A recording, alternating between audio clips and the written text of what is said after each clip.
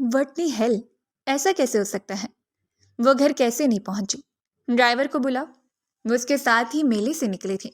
معجبی نے خود بتایا تھا کہ وہ ڈرائیور کے ساتھ گھر چلی گئی ہے۔ وہ تیز لہجے میں بولا اور پھر تیزی سے باہر کی جانب بڑھا اور اس نے باہر جا کر ڈرائیور کو پکارا۔ جی صاحب، میری وائف تمہارے ساتھ حویلی واپس آئی تھی۔ نہیں سر، میں تو کسی کو نہیں لے کر آیا۔ اس کی بات پر ارتضیٰ کا رنگ سرخ ہو گیا۔ وہ ایک جھٹکے سے مرا اور اندر واپس آیا۔ کہاں ہے میری بیوی؟ بولو، کہاں ہے وہ دھاڑا۔ وہ طنزی انداز میں ہنستے ہوئے وال کلاک کی جانب دیکھ رہی تھی جہاں رات کے 2 بج رہے تھے۔ اب تک تو تمہاری بیوی مر بھی چکی ہوگی، معجبی نے صفاقی سے کہا۔ بکواس بند کرو، میری بیوی کا بتاؤ کہاں ہے وہ؟ میں تمہاری جان لے لوں گا، وہ اس کے گلے کو دباتے ہوئے چیخا۔ چچی اور تائی نے پاس آ کر بامشکل اسے چھڑایا تھا اور معجبین کھانستی ہوئی پیچھے ہوئی۔ تیرا دماغ خراب ہو گیا ہے معجبین، چاچی نے اسے 2 ہتھر مارتے ہوئے کہا۔ میرا دماغ خراب ہو گیا ماں؟ اور اس شخص نے کیا کیا؟ اسے پتا تھا میں اسے دیوانوں کی طرح چاہتی ہوں، پھر بھی اس نے میری محبت کو ٹکرا کر کسی اور کو اپنی زندگی میں شامل کر لیا۔ کیسے کر سکتا ہے یہ؟ وہ اپنے بالوں کو نوچتے ہوئے پاگلوں کی طرح بول رہی تھی۔ اسے پوچھئے کہ میری بیوی کہاں ہے؟ اگر اسے کچھ ہو گیا نا، میں آپ سب کو جان سے مار ڈالوں گا۔ مار ڈالو، تم جتنی مرضی کوشش کر لو، مگر میں تمہیں نہیں بتاؤں گی۔ میں چاہتی ہوں کہ خود بخود اس کی لاش تمہیں ملے، اس کی اکڑی ہوئی لاش اور اس کی پھٹی پھٹی آنکھیں۔ کتنا مجھے سکون ہوگا نا؟ معجبین بولتے ہوئے کہہ کے لگا رہی تھی۔ دیکھو معجبین، تم جو چاہو گی وہی ہوگا، پلیز اس کے بارے میں بتا دو، وہ کہاں ہے؟ وہ اس بار منت پر اتر آیا۔ نہیں بتاؤں گی، مجھے پتا ہے اسے دیکھ کر تم پھر سے اسی کی طرف مائل ہو جاؤ گے۔ نہیں بتاؤں گی، کبھی نہیں بتاؤں گی، معجبین نے کہا اور پھر اپنے کمرے کی طرف دوڑ لگا دی، اور اس سے پہلے کہ وہ اس تک پہنچتا اور دروازہ لاک کر چکی تھی۔ وہ کب سے دروازہ نوک کرتے اس کی منت سماجت کر رہا تھا، مگر وہ تو کٹھور بنی تھی۔ وہ لاؤنج میں آ کر سب سے اونچی آواز میں بولنے لگا۔ میں ابھی اور اسی وقت پولیس کو فون کر رہا ہوں۔ رات کے 4 بج چکے ہیں اور میری بیوی کا کوئی اتا پتہ نہیں ہے، اور آپ کی بیٹی نے کہیں اسے مار کر پھینک دیا ہوگا۔ اگر اسے کچھ ہو گیا نا، یہ پوری دنیا کو آگ لگا دوں گا۔ وہ غصے سے چیخا اور ASP صاحب کو فون کرنے لگا۔ سب لوگوں کے رنگ متغیر ہو چکے تھے۔ نہیں بیٹا، ایسے مت کرو، ہم اسے ڈھونڈنے کی کوشش کرتے ہیں نا۔ اس طرح حویلی میں پولیس آئے گی تو ہماری برسوں کی کمائی و عزت ختم ہو جائے گی۔ مجھے کوئی پرواہ نہیں ہے، اس وقت مجھے صرف پرواہ ہے تو اپنی بیوی کی ہے۔ مجھے وہ چاہیے، ہر حال میں چاہیے۔ ہم میلے میں جا کر دیکھتے ہیں، ہم نے لاسٹ ٹائم تو ادھر ہی دیکھا تھا نا اسے۔ اور معجبین وہیں سے کہیں نہیں گئی تھی سوائے اس کھنڈر گیسٹ ہاؤس کے۔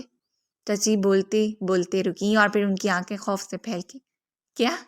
Guest house? بولیے نا، وہ چچی کے کندھوں سے تھامتے ہوئے چیخا۔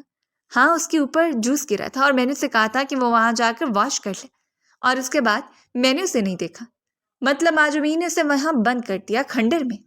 ہائے، وہ تو اب تک مر گئی ہوگی، اسے جنات نے مار دیا ہوگا۔ ہمارے گاؤں میں اس طرح ہوتا ہے، جنات توڑ موڑ کر مار دیتے ہیں جو بھی وہاں جاتا ہے۔ ہائے، میں مر گئی۔ چچی کی بات پر اس کا چہرہ تاریک پڑ گیا۔ اس نے بھی اپنی دادی کے منہ سے یہ سنا تھا۔ وہ ان باتوں پر یقین نہیں رکھتا تھا، مگر ابھی اس کا دل خوف سے لرز رہا تھا۔ ابھی اور اسی وقت مجھے وہاں جانا ہے۔ نہیں بیٹا، وہاں بہت زیادہ خطرہ ہے، کہتے ہیں کہ جنات مار دیتے ہیں جو بھی وہاں جاتا ہے۔ مجھے کوئی پرواہ نہیں ہے، اس وقت مجھے صرف پرواہ ہے تو اپنی بیوی کی۔ تائی اماں کے کہنے پر وہ سر لہجے میں بولا اور پھر باہر کی جانب لپکا۔ تایا جی نے گاؤں کے لوگوں کو بھی اکٹھا کر لیا تھا۔ سب لوگ مشنی لے کر اس کھنڈر نما جگہ کی طرف بڑھ گئے۔ دروازہ نوک کر کر کے اس کے ہاتھ دکھنے لگے تھے۔ وہ دروازہ نہ توڑ پا رہی تھی اور نہ ہی اس کی کوئی پکار وہاں سن رہا تھا۔ ہر طرف اندھیرا چھا گیا تھا۔ اسے وہ بھیانک 2 راتیں یاد آنے لگیں اور دل جیسے خوف سے بھرنے لگا۔ پلیز اللہ میاں، مجھے بچا لیجیے، اللہ جی پلیز۔ روتے ہوئے اللہ سے التجا کر رہی تھی۔ اسے اپنے پیچھے کاہٹ محسوس ہوئی، ساتھ ہی ایک ہولہ تھا جس کے قریب آ رہا تھا، جس میں جیسے جان ختم ہو گئی۔ بے اختیار لب محض نیند پڑنے لگے، اور محض نیند پڑنے کے بعد اس نے آیت الکرسی پڑھ کر اپنے گرد حصار بنا دیا۔ اس کی ہمیشہ سے عادت رہی تھی کہ جب بھی گھر سے باہر نکلتی تھی تو آیت الکرسی اور بسم اللہ الذی لا یضر پڑھ کر نکلتی تھی۔ اس کی ماں کا کہنا تھا کہ ان دعاؤں کی وجہ سے وہ ہر قسم کی آفت سے محفوظ رہے گی۔ پہلی بار جب وہ کڈنیپ ہوئی اس دن بھی وہ بھول گئی تھی یہ دعائیں پڑھنا، اور آج بھی وہ بھولی تھی۔ اسی لیے اس نے سب سے پہلے اس حصار کو اپنے گرد باندھا تھا۔ پھر قدم دوبارہ سے اس کے واش روم کی جانب بڑھے۔ اس نے دعا پڑھ کر اندر قدم رکھا اور وضو کرنے لگی۔ اندھیرے میں کچھ نظر نہیں آ رہا تھا، مگر وہ خود کو مضبوط کر رہی تھی۔ وہ جانتی تھی جنات کا وجود حقیقت ہے، اور یہ مخلوق شرارتی بھی ہوتی ہیں اور شریف النفس بھی۔ مگر اسے ڈرانے کی کوشش کی جا رہی تھی۔ اس کے ارد گرد کوئی نہ کوئی حوالہ گزر رہا تھا۔ وہ اپنی چیخ کو بامشکل قابو کرتے خود کو سنبھالے ہوئے تھی۔ وہ حافظ امین کی بیٹی تھی اور اسے اللہ کی حفاظت پر پورا یقین تھا۔ وہ جانتی تھی انسان کے شر سے کہیں کمزور جنات کا شر ہوتا ہے، اور جنات قرآن کا حصار کبھی نہیں توڑ سکتے۔ مگر بیچ میں ایک دو بار اس کے جسم کو دھکا لگا تھا اور اس کے جسم پر جیسے خراش کے نشان اور چہرے پر اور گردن پر جلن محسوس ہو رہی تھی۔ مگر گزاری ہوئی 2 راتیں کسی انسان کے قبضے میں اسے تبھی بہت مضبوط کر چکی تھیں۔ ڈر لگ رہا تھا مگر وہ سنبھل رہی تھی۔ اسے جتنی بھی قرآن آیات یاد تھیں وہ پڑھتی جا رہی تھی۔ اس وقت کا کوئی اندازہ نہیں تھا۔ پھر باہر سے اسے شور کی آوازیں سنائی دی تھیں۔ دعا، کہاں ہو تم؟ وہ جو گھٹنوں میں سر دیے بیٹھی تھی ارتضیٰ کی آواز پر ایک جھٹکے سے اٹھ کر کھڑی ہوئی۔ ارتضیٰ، میں یہاں ہوں، پلیز دروازہ کھولیے۔ اس نے دروازے کو زور زور سے بجاتے اسے پکارا تو ساتھ ہی اور آوازیں آنے لگیں۔ پھر اس کے ساتھ ہی دروازہ کھلا اور مچھلیاں اٹھائے کئی لوگ تھے۔ سب سے آگے ارتضیٰ تھا۔ دعا، وہ تڑپ کر آگے بڑھا اور اس نے دعا کو اپنے حصار میں لے لیا۔ دعا جو کب سے خود کو سنبھالے ہوئے تھی اس کی آواز کو ہوتے چلے گئے اور ارتضیٰ کی باہوں میں جھول گئی۔ ارتضیٰ نے جلدی سے اسے باہوں میں اٹھایا اور باہر کی جانب بڑھا۔ کچھ ہی دیر میں اسے لے کر حویلی پہنچا تھا۔ اس کے چہرے اور گردن پہ خراشوں کے نشان دیکھ کر وہ لب بھیج کر رہ گیا۔ اس کے ہونٹ پیاس کی شدت سے خشک تھے۔ نہ جانے وہ کتنے گھنٹوں سے وہاں چیخ چیخ کر پکارتی رہی ہوگی۔ دل میں جیسے درد سا اٹھا تھا۔ اسے اپنے سینے سے بھیج گیا اور اس کے لبوں سے پانی لگا اور اس کے چہرے پر پانی کے چھینٹے مارے تو وہ ہوش میں آئے۔ اس کا جسم ابھی بھی کانپ رہا تھا۔ ارتضیٰ اس کے پاس ہوا اور اسے اپنے سینے سے لگا لیا۔ آئی ایم سوری میری جان، آئی ایم ریئلی سوری۔ وہ بار بار اس کے ماتھے کو چومتا ہوا بولے جا رہا تھا اور سب لوگ اسے دیکھ رہے تھے۔ یہ کیسے ہو سکتا ہے؟ یہ بچ نہیں سکتی تھی، اسے تو مر جانا چاہیے تھا۔ اس کے چہرے پر نشان بتا رہے ہیں کہ اس پر حملہ ہوا تھا، پھر بھی یہ بچ گئی۔ جنات سے کیسے بچ گئی؟ معجبین پاگل ہو گئی تھی۔ دعا نے سر اٹھا کے بے یقینی سے اسے دیکھا۔ تو آپ نے مجھے بند کیا تھا وہاں تاکہ میں جنات کا شکار ہو جاؤں۔ افسوس ہے آپ کی سوچ میں، مگر دیکھیے آپ نے مکر کیا اور اللہ نے بھی اپنی تدبیر چلائی۔ انسان کا داؤ بھی ہمیشہ چھوٹا پڑ جاتا ہے۔ وہ تو پھر جنات تھے، انسان کے مقابلے میں بہت کمزور ہے۔ بظاہر یہ جنات آپ کو طاقتور لگتے ہوں گے مگر اللہ نے انہیں انسانوں کے تابع بنائے ہیں۔ اسی لیے تو حضرت آدم علیہ السلام کو پیدا کرنے کے بعد ابلیس کو سجدے کا حکم دیا تھا، یہ بتانے کے لیے کہ انسان فرشتوں اور جنات سے کہیں اوپر ہے۔ مگر افسوس آپ جیسے اشرف المخلوقات لوگ ان تابع دار جنات کو اپنے فائدے کے لیے استعمال کرتے ہیں۔ جانتی میں کیوں بچی؟ کیونکہ میں ہمیشہ باوضو رہتی ہوں۔ جب بھی واش روم سے فارغ ہوتی ہوں فوراً وضو کرتی ہوں، اور یہ میری ماں کی تلقین ہے۔ اور پاکیزہ لوگوں کے قریب کبھی جنات نہیں آتے۔ دعا بولتی جا رہی تھی اور ارتضیٰ اس کے یقین پر ورتا حیرت میں پڑا، بس اسے دیکھے جا رہا تھا۔ مجھے جنات سے ڈرانے چلی تھی، میں تو اس سے بڑا اور برا وقت دیکھا ہے۔ 2 دن تک بھوکی پیاسی ایک چند گز کی کوٹری میں بند رہی تھی میں۔ انسان کا شر تو بہت ہی طاقتور ہوتا ہے، میں اس سے بچ گئی تو یہ تو ایک کمزور جنات کا شر تھا، جسے اللہ رکھے نا اس کا کوئی کچھ نہیں بگاڑ سکتا۔ وہ تلخ لہجے میں بولی اور پھر اپنے کمرے کی جانب بڑھ گئی۔ سب لوگ چپ چاپ سر جھکائے کھڑے تھے۔ ارتضیٰ بھی جیسے خود کو کسی گہری کھائی میں گرتا ہوا محسوس کر رہا تھا۔ اسے اپنی کی گئی زیادتیوں کا بخوبی اندازہ تھا۔ جس ضمیر کو اس نے تھپک تھپک کر سلایا تھا، آج اس لڑکی کے یقین نے اس کے ضمیر کو بیدار کر دیا تھا اور اسے اپنے وجود سے بھی گھن محسوس ہو رہی تھی۔ پھر وہ بوجھا دل کے ساتھ کمرے میں آیا اور فرسٹ ایڈ باکس کھول کر اس میں سے بیٹنوویٹ نکال کر اس کی طرف بڑھائی۔ یہ لگا لو چہرے پر، زخموں کی جلن ختم ہو جائے گی۔ وہ جو گمسم سی بیٹھی تھی اس کی بات پر ایک جھٹکے سے اٹھ کر کھڑی ہو گئی۔ آپ کو تو بہت خوشی ہو رہی ہوگی نا کہ چلو جان چھوٹی مجھ سے۔ جان چھوٹ رہی تھی تو ڈھونڈنے کیوں نکلے تھے؟ یہی تو ہمیشہ چاہتے تھے نا آپ، کہیں معجبین کے ساتھ آپ بھی تو ملے ہوئے نہیں تھے؟ مجھ کے گریبان پکڑے چلائی۔ اتنا بھی گھٹیا نہیں ہوں یار، اور کیوں لوں گا میں تمہاری جان؟ کوئی اپنی جان کیسے لے سکتا ہے؟ اس کا چہرہ ہاتھوں میں تھامے اس کے ماتھے سے ماتھا ٹکائے بوجھے لہجے میں بولا، جھوٹ بول رہے ہیں آپ، فریبی ہیں آپ، منافق۔ گھن آتی ہے مجھے آپ کے لمس سے، نفرت ہے آپ سے۔ اس کے سینے پر مکے برساتے ہوئے روتے ہوئے بولے جا رہی تھی اور ارتضیٰ نے ایک بار بھی اسے روکنے کی کوشش نہیں کی۔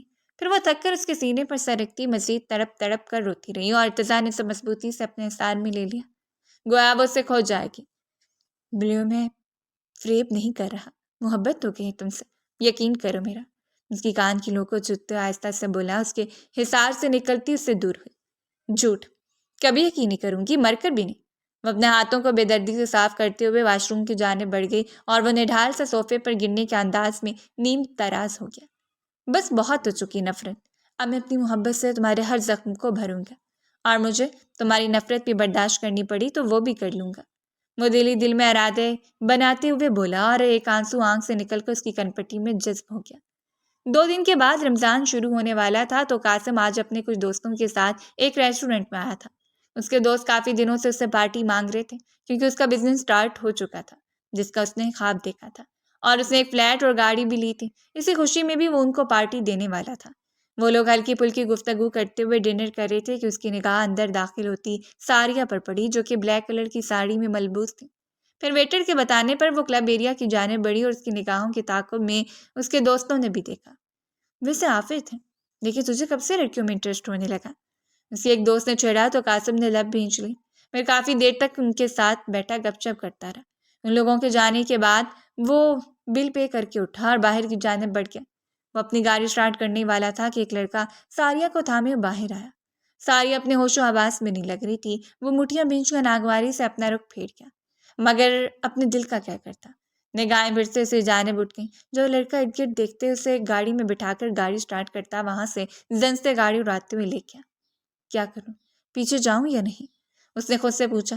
اس کے دماغ نے اسے منع کیا، مگر ضمیر کا کیا کرتا جو اسے غلط ہونے کا احساس دلا رہا تھا۔ اس نے بے اختیار گاڑی ان کے پیچھے لگا لی۔ گاڑی کو جب غلط راستے پر دیکھا تو اس کا ماتھا ٹھنکا۔ پھر گاڑی کالی شان گھر میں رکی تو گیٹ کھلا۔ وہ گاڑی جیسے اندر گئی اور گیٹ بند ہو گیا۔ وہ گاڑی کو پیچھے کھڑا کر کے اس بنگلے کے پچھلی سائڈ پر آیا اور دیوار پہ لانگ کر اندر آیا تو اندر سے کہکوں کی آوازیں آ رہی تھیں۔ پھر ساتھ ہی ساریہ کی آواز ہے، یہ مجھے کہاں لے آیا؟ مجھے تو اپنے گھر جانا تھا، دادو انتظار کر رہی ہوں گی۔ تم نے مجھے کہا تھا مجھے گھر ڈراپ کر دو گے۔ ساریہ کا لہجہ ابھی بھی لڑکھڑا رہا تھا، مگر اس کی آواز پوری طرح کھوئی نہیں تھی کیونکہ اس کے لہجے میں ڈر تھا۔ یعنی وہ سمجھ رہی تھی کہ کچھ غلط ہونے والا ہے۔ پلیز مجھے گھر چھوڑ دو، مجھے یہاں نہیں رہنا، وہ کہتے ہوئے اٹھی اور اس کے ساتھ ہی چیخ سنائی دی۔ ایسے کیسے جانے دیں بیبی؟ کتنی مشکل سے فرح سے کہہ کر تمہیں پارٹی میں بلوایا اور اب فائدہ اٹھائے بغیر کیسے جانے دیں؟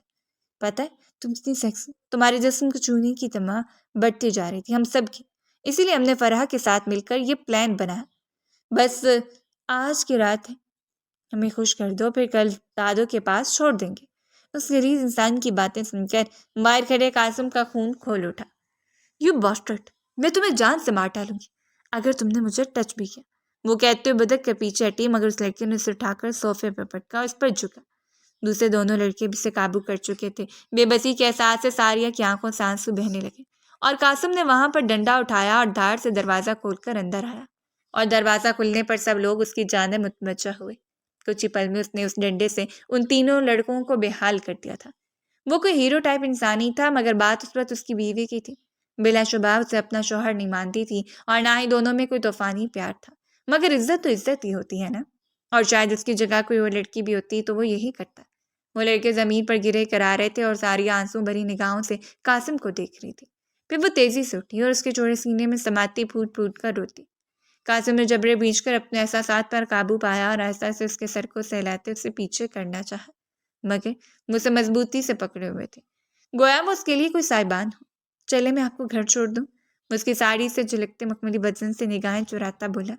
گاڑی میں آ کر بیٹھا تو دوبارہ سے اس کا حلیہ دیکھ کر ان لوگوں کی باتیں یاد آئیں۔ دماغ میں لہو ٹھوکریں مارنے لگا تھا۔ اسے زور سے اسٹیئرنگ کو جکڑ رکھا تھا، پھر اس نے اپنا کوٹ اٹھا کر اس کی طرف پھینکا۔ پہن لو اسے، تمہارے ننگے بدن سے آج میرے ضمیر کو جھنجھوڑ ڈالا ہے۔ کتنی بے شرم لڑکی ہو تم، اگر تمہارے اندر تھوڑی سی بھی شرم ہوگی نا تو ان لڑکوں کی باتیں یاد رکھنا کہ وہ تمہیں کن نگاہوں سے دیکھتے تھے، اور ان کا قصور نہیں ہے۔ جب اپنے بدن کو کھلا چھوڑ کر انہیں دعوت نظارہ دو گی تو ان کے حوث جاگے گی نہ جانے کتنے مرد تمہارے بارے میں اسی طرح سوچتے ہوں گے۔ چی گھن آ رہی ہے مجھے آج تم سے، ہم جیسے غریبوں کو تم حقیر سمجھتی ہو نا، مگر خود کو دیکھو، آج جا کر آئینے میں ایک بار دیکھنا اپنے وجود کو، تمہارا وجود گندگی کے علاوہ کچھ نہیں ہے۔ جس وجود سے صرف انسان وقتی تسکین لینا چاہتا اس وجود کی کیا اہمیت؟ کبھی ڈائمنڈ کو دیکھا، اسے مخملی کپڑے میں چھپا کر رکھا جاتا ہے تاکہ اس کی چمک ماند نہ پڑ جائے، اور عورت بھی سے ہیرے کی ماندت ہوتی ہے، جب وہ اپنے آپ کو ڈھانپ کر رکھتی ہے نا اس کی حیا کی چمک ماند نہیں پڑتی۔ جس دن عورت کی حیا ختم ہو جاتی ہے نا تو وہ صرف ایسے ہی راہ چلتے لوگوں کے لیے ایک ناکارہ چیز ہوتی ہے جسے ہر ایک اپنی ٹوکر پر رکھنا چاہتا ہے، جیسے آج تمہارے نام نہاد دوستوں نے رکھا تمہیں۔ میں نے آج تک کبھی کسی کی زندگی میں دخل اندازی نہیں کی، اور نہ ہی میں اس قسم کا انسان ہوں۔ میرے آس پاس کے لوگ بھی مجھے دیکھ کر کہتے ہیں کہ مجھے شاید غصہ نہیں آتا، مگر آج مجھے اتنا غصہ آ رہا ہے نا کہ میرا بس نہیں چل رہا کہ میں تمہیں قتل کر ڈالوں۔ میں نے آج تک کبھی کسی سے نفرت نہیں کی، مگر آج تم سے کہوں گا، تم قابل نفرت ہو، میں تم سے ہمیشہ نفرت کروں گا۔ وہ پھٹی پڑا تھا اور ساریہ بس سر چکائے آنسو بہائے جا رہی تھی۔ اس کے اندر تو اتنی بھی ہمت نہیں تھی کہ نگاہیں اٹھا کر اس شخص کو دیکھ سکے جسے آج تک وہ بونگا اور نہ جانے کیا کیا سمجھتی رہی۔ وہ ابھی بھی یہ سوچ کے لرز اٹھی تھی کہ اگر وہ آج اس کا پیچھا کرتا وہاں نہ پہنچتا تو کل شاید اس کا مسخ شدہ وجود لوگوں کے لیے صرف ایک چٹپٹی نیوز بن جاتا۔ اسے چپ چاپ اس کا دیا ہوا کوٹ پہننا اور اسے ایسا محسوس ہوا جیسے وہ کسی محفوظ انصار میں آ گئی۔ گاڑی آفریدی مینشن کے پاس رکی اور ڈرائیور نے دروازہ کھولا تو چپ چاپ گاڑی سے اتر گئی اور قاسم نے زور سے دروازہ بند کیا اور زن سے گاڑی اڑاتا وہاں سے نکل گیا۔ وہ ساکت نگاہوں سے اسی جانب دیکھ رہی تھی جہاں لمحہ بلمحہ گاڑی کی لائٹس مدھم ہوتی جا رہی تھیں اور پھر غائب ہو گئی، اور وہ بوجھل دل کے ساتھ اندر کی جانب بڑھی۔ وہ لاؤنج میں داخل ہوئی تو فریہ بیگم سر تھامے بیٹھی تھی۔ دادو، اس نے پکارا تو فریہ بیگم نے جلدی سے سر اٹھا کر اسے دیکھا۔ کہاں چلی گئی تھی تم؟ کب سے فون کر رہی ہوں بیٹا، میری جو جان سولی پر لٹکی ہوئی تھی۔ فریہ بیگم نے اسے ڈپٹتے ہوئے کہا تو بنا کچھ کہے تیزی سے آگے بڑھی اور ان کے آغوش میں سماتی تڑپ تڑپ کر روتی۔ ارے کیا ہوا میرا بچہ، کیوں رو رہی ہو؟ کسی نے کچھ کہا ہے؟ فریہ بیگم نے تو اس کے رونے پر گھبرا ہی گئی تھی۔ وہ مجھ سے نفرت کرتا ہے، کہتا ہے کہ میرا وجود ناکارہ ہے جو لوگوں کی ٹھوکروں میں آ سکتا ہے۔ وہ کہتا ہے میری حیا مدھم ہو گئی ہے۔ وہ روتے بولے جا رہی تھی اور فریہ بیگم کو وہ اپنے آواز میں نہیں لگی۔ اچھا چھوڑو میرا بچہ، سب ٹھیک ہو جائے گا، چلو کمروں میں چلو، جا کر آرام کرو، انہوں نے کہتے ملازمہ کو آواز دی اور ملازمہ اسے تھام کر اس کے کمرے تک لے آئی۔ دادو بھی اپنی لاٹھی ٹیکتی کمرے میں آ گئی۔ وہ بیڈ پر آنکھیں بند کیے لیٹی بربراتے جا رہی تھی۔ پلیز مجھ سے نفرت مت کرو، پلیز۔ ساتھ ہی اس کی آنکھوں کے کنارے سے آنسو بہ رہے تھے اور فریہ بیگم کا دل جیسے کسی نے مٹھی میں لے کر دبوچ لیا۔ یا اللہ، میری بچی کس قسم اتنی پاگل ہو گئی ہے؟ میرے مولا جو بھی ہے اسے اس کا بنا دے۔ میرے بچوں نے بہت دکھ دیکھے ہیں، میرے مالک انہیں ہر خوشی دینا۔ اس کے ماتھے پر بوسہ دیتے ہوئے اللہ سے التجا کر رہی تھیں اور کہتے ہیں ماں کی دعا عرش تک پہنچتی ہے، اور یہ دعا بھی یقیناً قبول ہونے والی تھی۔ اگلی صبح ساریہ کی آنکھ کھلی تو اس نے اپنے دکھتے سر کو دبایا اور پھر اس کی نگاہ پہنے ہوئے کوٹ پر گئی تو رات کا ایک ایک سین یاد آ گیا۔ قاسم کی نفرت بھی اور اس کی آنکھیں پھر سے بھیگنے لگی۔ فریش ہونے کے ارادے سے اٹھ کر وارڈروب کے پاس آئی اور اس نے فل سلیوز کے ڈریس ڈھونڈنا چاہے مگر کوئی بھی نہیں تھا، اور مشرقی لباس تو کوئی تھا ہی نہیں۔ اگر کوئی فل شرٹ تھی تو اس کے ساتھ چست بینٹ تھی۔ وہ سر تھامے بیٹھ گئی، پھر اس کے ذہن میں دعا کا خیال آیا۔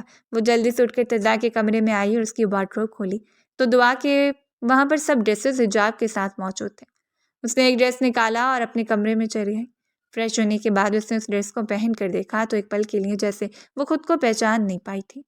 کمر کو چھوتے گیلے بال اور لانگ شرٹ کے ساتھ ٹراؤزر اور شانوں پر ڈالا ہوا دوپٹہ، مکمل مشرقی لباس میں اس کا حسن مزید نکھر گیا تھا۔ وہ تیار ہو کر جب نیچے آئی تو ملازمہ اور فریہ بیگم نے بے یقینی سے اس کو دیکھا۔ یہ تم نے دعا کا سوٹ پہنا ہے بیٹا؟ یس دادو، وہ مجھے اب سے ایسے ہی ڈریس پہننے ہیں اور دعا بھابھی آتی ہیں تو پھر میں ان کے ساتھ شاپنگ کے لیے جاؤں گی۔ اس کے جواب پر فریہ بیگم کو جیسے دھچکا لگا۔ وہی طبیعت تو ٹھیک ہے نا، مطلب رات کو بھی تم بہت عجیب باتیں کر رہی تھی اور اب یہ اس طرح کا لباس، مجھے کچھ سمجھ نہیں آ رہا۔ اور کس لڑکے کی بات کر رہی تھی تم؟ فریہ بیگم نے ایک ہی سانس میں کچھ سوال کر ڈالے اور وہ نگاہیں چراتی چپ چاپ ڈائننگ ہال کی جانب بڑھ گئی۔ میں تم سے بات کر رہی ہوں اور تم اس طرح پیٹ پھیر کر جا رہی ہو، فریہ بیگم نے جھنجھلا کر کہا۔ دادو پلیز ابھی کوئی سوال مت کیجیے، مجھے خود اپنی کیفیت سمجھ نہیں آ رہی تو میں آپ کو کیا بتاؤں؟ وہ بے بسی سے بولی۔ اف اللہ، تمہارا کچھ نہیں ہو سکتا۔ خیر چھوڑو یہ سب باتیں، کھانا کھاؤ۔ فریہ بیگم نے سر جھٹک کر کہا تو چپ چاپ کھانے کی طرف متوجہ ہو گئی مگر ذہن ابھی بھی قاسم کی باتوں میں الجھا ہوا تھا۔ اگلے دن وہ صبح ہوتی واپسی کی تیاری کر رہے تھے۔ تم اگر کچھ دن یہاں رہنا چاہتی ہو تو کوئی پرابلم نہیں ہے، ارتضیٰ نے کہا۔ نہیں، 2 دن ہے رمضان میں اور ہو سکتا ہے کہ کل پہلی تراویح ہو اور مجھے بھیا کے پیچھے تراویح پڑھنی ہے، دعا نے اسمارٹ لہجے میں کہا۔ پھر وہ لوگ بیگ اٹھا کر باہر آئے تھے کہ تبھی پولیس اندر داخل ہوئی۔ ارے آپ لوگ یہاں، سب خیریت؟ تایا جی نے پولیس والے سے پوچھا۔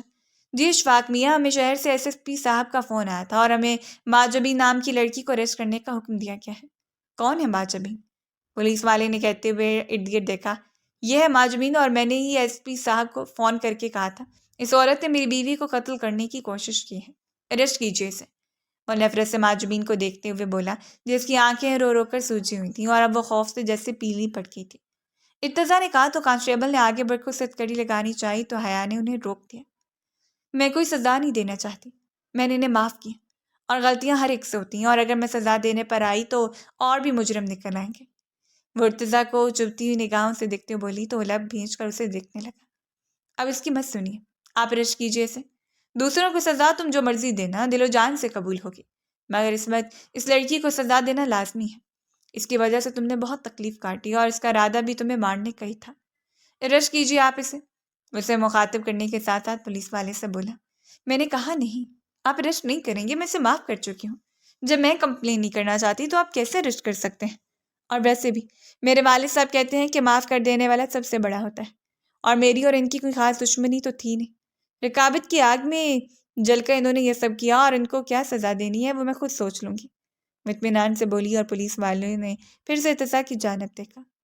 آپ لوگ جائیے، ارتضیٰ نے گہرا سانس بھرتے ہوئے کہا تو چپ چاپ وہاں سے واپس پلٹ گئے، اور ارتضیٰ خشمگی نگاہوں سے اسے دیکھنے لگا۔ تمہیں مجھے بھی سزا دینی ہے نا تو تم دے سکتی ہو، میں اف بھی نہیں کروں گا، لیکن اسے تم نے سزا دینی کیوں نہیں تھی؟ اسے تمہیں قتل کرنے کی پوری سازش رچی تھی اور وہ اقرار بھی کر رہی ہے۔ وہ غصے سے بولا۔ بعض اوقات معافی سے بڑھ کر کوئی بڑی سزا نہیں ہوتی، اور میں آپ کو وہی سزا دے رہی ہوں۔ جبین ایک لڑکی کی عزت بہت نازک ہوتی ہے، اگر اس پر داغ لگ جائے نا تو لوگ گز گز بڑھ کی زبانی نکال کر اس کے گھر والوں کو بے عزت کرنا شروع کر دیتے ہیں۔ اور میں نے نا یہ چند دنوں میں یہ سبق حاصل کیا ہے کہ اپنے گھر کی عزت کی خاطر کبھی کبھار ہمیں کسی بات پر کمپرومائز کر لینا چاہیے، اور وہی تمہیں کرنے کو کہوں گی۔ معجبین، تم ارتضیٰ کو پسند کرتی ہو، تمہیں پسند نہیں کرتے، تم اس بات کو تسلیم کرنا ہوگا، اور اس بات کو تسلیم کر کے آگے بڑھو۔ یہ دنیا کی محبت ہے، اللہ سے لو لگاؤ گی نا تو وہ تمہیں وہاں سے عطا فرمائے گا جہاں تم نے گمان بھی نہیں کیا ہوگا۔ آج میں اگر تمہیں ریسٹ ہونے دیتی تو جس حویلی کی عزت پورے گاؤں کے سامنے نیلام ہو جاتی، اور جس طرح آپ لوگوں کا یہاں پر عزت اور مقام ہے، میں نہیں چاہتی کہ اسے آپ لوگ کھوئیں۔ جب لوگ آپ پر تہمت لگاتے ہیں نا تو سب سے پہلے آپ کے والدین کو گھسیٹا جاتا ہے، ان کی تربیت کو کوسا جاتا ہے، اور اس وقت وہ والدین کس کرب سے گزرتے ہیں وہ مجھ سے بڑھ کر کون جان سکے گا۔ میں امید کرتی ہوں آئندہ تم کبھی اس دشمنی میں سد تک نہیں جاؤ گی، اور اللہ پاک تمہیں ہدایت دے۔ وہ بولتی جا رہی تھی اور سب لوگ اس لڑکی کو رشک بھری نگاہوں سے دیکھ رہے تھے، اور معجبین کا سر شرمندگی سے جھک گیا۔ چلیے ارتضیٰ، ہمیں نکلنا چاہیے۔ وہ ارتضیٰ کے پاس واپس پلٹتے ہوئے بولی، رکو، تم نے میری معافی مانگنے سے پہلے ہی مجھے معاف کر دیا۔ میں وعدہ کرتی ہوں تم سے کبھی بھی آئندہ سے اپنے نفس کے غلام نہیں بنوں گی۔ تھینک یو سو مچ، میری زندگی کو آگے جینے کا مقصد دینے کے لیے۔ معجبین نے اس کے سامنے ہاتھ جوڑتے ہوئے کہا، پلیز یہ مت کرو، بس جب کبھی یاد آئے تو دعا کر دینا۔ دعا نے کہا، اور پھر ارتضیٰ کے ساتھ باہر کی جانب بڑھ گئے۔ گاڑی چلاتے ہوئے ارتضیٰ گائے بگائے اس بے نیازی سے اسے دیکھ رہا تھا جو کہ ارد گرد سے بیگانہ باہر کے مناظر میں کھوئی ہوئی تھی۔ اس چمگادڑ کو تو تم نے معاف کر دیا، اپنے شوہر کو بھی کر دو تاکہ اسے بھی زندگی کو آگے جینے کا مقصد مل سکے۔ کبھی نہیں کروں گی، اس کی بات کے جواب میں وہ فوراً بولی۔ لو، یہ کیا بات ہوئی؟ میں نے تمہیں کڈنیپ کیا تھا، لیکن میں مارنا نہیں چاہتا تھا، اور وہ تمہیں مارنا بھی چاہتی تھی، تو اس کے باوجود بھی تم مجھے سزا دے رہی ہو؟ یہ تو غلط ہے نا؟ میرا گناہ تو اس کے سامنے پھر بھی کم ہے، میں تمہیں مارنا تو نہیں چاہتا تھا یار۔ وہ جھنجھلا کر بولا، کاش مارنے کا سوچ لیتے اور مار بھی دیتے، تب بھی معاف کر دیتی تھی، مگر جو میرے والدین کو تکلیف دیتا ہے نا میں انہیں معاف نہیں کرتی۔ اسے میں نے اس لیے معاف کیا کہ اس کی دی تکلیف صرف میری ذات تک تھی، مگر آپ کی دی تکلیف میری فیملی تک پہنچی تھی، اور اس کے باوجود آپ کہہ رہے ہیں کہ آپ کا گناہ چھوٹا تھا۔ آپ کی وجہ سے میرے باپ کا سر جھکا، وہ باپ جو سر اٹھا کر جیتے تھے محلے میں نکلنا چھوڑ چکے تھے۔ 2 دن تک میں کس کرب اور تکلیف میں گزارے وہ مجھے پتہ ہے، وہ چند گھنٹوں سے کئی زیادہ، وہ 48 گھنٹے، اور اس کے بعد کئی وہ دن میرے لیے تکلیف دے تھے، جب لوگ آ کر تعزیت کے بہانے میرے اوپر تہمت لگاتے تھے کہ شاید میری عزت لوٹ لی گئی ہے۔ آپ کیا جانے میرا دکھ؟ جب آپ کو شرمندگی نہیں ہے، جب آپ کے نزدیک وہ دی ہوئی آپ کی تکلیف بہت معمولی ہے، تو پھر آپ معافی کیوں مانگ رہے ہیں؟ معافی ان کو دی جاتی ہے جن کی آنکھوں میں شرمندگی بھی ہو۔ وہ تلخ لہجے میں بولتی چلی گئی اور اس کی بات پر لب کچل کر رہ گیا۔ ایسی بات نہیں ہے، میں بہت شرمندہ ہوں یار، میں تلافی بھی کرنا چاہتا ہوں، بتاؤ میں کیا کروں ایسا؟ تم جو بھی کہو گی میں کرنے کو تیار ہوں، پلیز۔ وہ اس کے ہاتھ کو اپنے ہاتھ میں تھامے التجائیہ لہجے میں بولا، کبھی نہیں کروں گی، اور میں چاہتی نہیں ہوں کہ آپ تلافی کریں، مجھے آپ سے شدید نفرت ہے، مجھے آپ کا ساتھ گھٹن دیتا ہے، چھوڑ دیجیے مجھے۔ یہی آپ کی پھر تلافی؟ میں ایک ایسے انسان سے رشتہ نہیں رکھنا چاہتی جس کی نہ جانے کتنی لڑکیوں کے ساتھ، چھی، مجھے تو سوچتے ہوئے بھی کچھ ہوتا ہے۔ اس کے بعد ارتضیٰ کا پاؤں بے اختیار بریک پر پڑا اور اس نے گاڑی کو روکتے اسے خون آشام نگاہوں سے دیکھا۔ تمہیں ہمیشہ یہ کیوں لگتا ہے کہ میں بد کردار ہوں؟ لڑکیاں میری طرف آتی ہیں تو اس میں میرا کیا قصور ہے؟ وہ غصے سے بولا۔ ماں جبین اتنے حق سے آپ کے رخسار کو چومے، آپ کے سینے پر عین دل کے مقام پر بوسہ تھے، اس کے باوجود آپ کہہ رہے ہیں کہ آپ کا قصور نہیں ہے۔ مجھے ایک بات بتائیے، اس کے اندر اتنی ہمت کیسے آئی کہ وہ آپ کو ٹچ کرے؟ جب اس نے آپ کو ٹچ کیا تو اس کے منہ پر تھپڑ کیوں نہیں مارا تھا آپ نے؟ اس کا مطلب یہ ہے نا کہ آپ کو یہ سب اچھا لگتا ہے۔ اپنی حوث کو جسٹیفائی مت کیجیے، وہ تلخ لہجے میں بولتی چلی گئی۔ ایسا نہیں ہے یار، پلیز اب مجھے اس بارے میں مزید کوئی بات نہیں کرنی، چپ چاپ گاڑی چلانے پر فوکس کیجیے، ہمیں جلدی گھر پہنچنا ہے۔ وہ بیزاری سے بولی تو وہ دل میں کرتا ہوا گاڑی سٹارٹ کر کے۔ شام کو جب وہ گھر پہنچے تو فریہ بیگم لاؤنج میں بیٹھی ہوئی تھی۔ بھائیا، وہ ان سے سلام کرنے کے بعد ان کے پاس بیٹھے باتیں کر رہے تھے کہ تبھی ساریہ کی آواز سنائی تھی، اور ان دونوں نے پلٹ کر دیکھا اور دونوں کی نگاہیں جیسے وہیں چمکی۔ یہ کیا ہے؟ تم نے دعا کا سوٹ پہن رکھا ہے؟ ارتضیٰ کے لہجے میں حیرت تھی اور حیران تو دعا بھی تھی۔ I'm sorry بھابھی، میں نے آپ کی اجازت کے بغیر آپ کا سوٹ کیری کیا، مگر میرے پاس اس کا کوئی سوٹ نہیں تھا، مجھے نا ایسے ڈریسز لینے ہیں۔ آج آپ آرام کر لیجیے، کل آپ میرے ساتھ شاپنگ پر چلیں گی، پلیز انکار مت کیجیے گا۔ وہ تیز تیز لہجے میں بولتی جا رہی تھی اور دعا ارتضیٰ کے لیے دوسرا دھچکا تھا کہ وہ دعا کو اس قدر احترام سے مخاطب کر رہی تھی۔ تمہاری طبیعت تو ٹھیک ہے نا گڑیا؟ یہ بات میں پوچھ رہی ہوں اس سے، تمہیں نہیں پتا اس نے رات کو کیا کیا تھا؟ فریہ بیگم نے اس کی بات پر جلدی سے کہا۔ ارے بھیا، دادوں کی مت سنیے، چھوڑیے نا آپ کو میرا یہ گیٹ اپ اچھا نہیں لگ رہا کیا؟ وہ سر پٹا کر بولی۔ ہاں بہت اچھا لگ رہا ہے، مگر مجھے حیرت ہوئی کہ تم کبھی بھی اس طرح کے سوٹ نہیں پہنتی ہو، تو دعا کا کس طرح پہن لیا؟ ارتضیٰ نے الجھے ہوئے انداز میں پوچھا۔ چھوڑیے نا، اب اس سے سوال ہی کیے جا رہے ہیں، اگر وہ خود کو بدلتی ہے تو اچھی بات ہے، آپ اسے اپریشیٹ کیجیے۔ بہت اچھی لگ رہی ہیں ساریہ آپ، اور شاپنگ ہم آج ہی کو جاتے ہیں کیونکہ کل مجھے اپنے میکے جانا ہے۔ وہ میرے بھیا تراویح پڑھاتے ہیں نا رمضان میں، تو کل ہو سکتا ہے پہلی تراویح ہو، تو ہم ایسا کرتے ہیں آج رات کو 9 بجے تک چلتے ہیں۔ دعا نے ٹائم دیکھتے ہوئے کہا۔ ساریہ کا چہرہ کھل اٹھا تھا اور ارتضیٰ تو ابھی تک ٹھوری کے نیچے اپنے ہاتھ کی مٹھی بنائے ہوئے ورطۂ حیرت میں پڑا ہوا تھا۔ پھر رات کو ارتضیٰ ان دونوں کو شاپنگ مال لے آیا۔ ساریہ نے اپنی شاپنگ کے ساتھ ساتھ زبردستی اسے بھی سوٹ دلوائے تھے۔ پھر انہوں نے آئس کریم پارلر پر بیٹھ کر آئس کریم کھائی اور گھر واپسی کے لیے نکل آئے۔ اگلے دن دعا صبح صبح ہی ان کے کمرے میں چلی آئی۔ ارتضیٰ نے ایک نظر وال کلاک کی جانب دیکھا اور پھر ایک نظر اپنی معصوم سی بہن کی جانب، جو کہ دوپٹے کو نماز کے سٹائل میں لپیٹے ہوئے قرآن پاک ہاتھ میں لیے کھڑی تھی۔ آپ بیٹھ جائیں ساریہ، میں بس آ رہی ہوں۔ فجر کی نماز ادا کرنے کے بعد دعا جو وظیفہ مکمل کر رہی تھی، اس نے وظیفہ مکمل کرتے ہی ساریہ سے کہا تو ساریہ چپ چاپ قرآن لیے صوفے پر بیٹھ گئی۔ ارے لڑکی، تم مجھے پاگل کر دو گی، یہ تمہیں کیا ہو گیا گڑیا؟ تم 2 دن میں اتنا کیسے بدل گئی ہو؟ ارتضیٰ چیخ اٹھا تھا۔ بھابھی نے بولا تھا نا سوال نہیں کرنے چاہیے، چپ رہیے، اور ابھی تک آپ بستر میں لیٹے ہوئے۔ بھابھی آپ کے پاس نماز پڑھ رہی ہیں تو آپ کو بھی پڑھنی چاہیے تھی نا۔ Very bad. ساریہ نے اسے لتاڑا تو اس سے ارتضیٰ کی آنکھیں حیرت سے پھیل گئیں۔ تم اپنے بھیا کو ڈانٹ رہی ہو اور اپنی بھابھی کی سائڈ لے رہی ہو؟ I can't believe. ہاں تو صحیح بات ہے نا، آپ جاگ بھی رہے ہیں پھر بھی نماز نہیں پڑھ رہے، یہ تو غلط بات ہے۔ بھابھی کہتی ہیں جو نماز جان بوجھ کر چھوڑتا ہے نا اس کو بہت گناہ ہوتا ہے۔ ایک دن میں تمہاری بھابھی نے سب کچھ سکھا دیا تمہیں؟ اس کی بات کی جواب میں وہ چڑ کر بولا۔ ہاں تو یہ اچھی بات ہے نا، بھابھی نے مجھے سب کچھ سکھا دیا تو؟ وہ کندھے جھکا کر بولی۔ اچھا بس کر، مجھے لیکچر مت دے، میں جا رہا ہوں، ابھی نماز ادا کر لیتا ہوں میری بہن، ارتضیٰ نے کہا اور برے برے منہ بناتا اٹھ کر واش روم کی جانب بڑھ گیا۔ دعا نے بے اختیار مسکراہٹ دی۔ نماز پڑھنے کے بعد وہ جلدی سے بستر میں گھسا تھا۔ ارے بھیا، قرآن پاک تو پڑھ لیجیے۔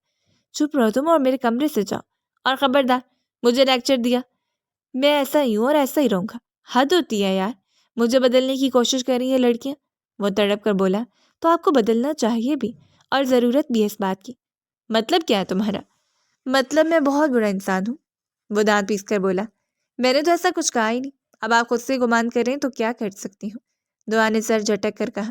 بہت اچھی طرح سے جانتا ہوں تم لوگ میرے دماغ میں جو یہ خیالات بڑھنے کی کوشش کر رہی ہو نا کہ میں بہت برا انسان ہوں، وہ کامیاب نہیں ہونے دوں گا، وہ کہتے ہوئے غراب سے دوبارہ بستر میں گھس گیا۔ تمہارا بھائی نا آج کل بہت عجیب حرکتیں کر رہا ہے، پہلے تو ہمیشہ چہرے شریف خروس بن کے تاثرات رہتے تھے، اور اب اتنا بولتے ہیں کہ میرا سر کھا لیتے ہیں۔ پتہ ہے پورا راستہ میرا سر کھایا گاؤں سے واپسی پر۔ ہیں سچی؟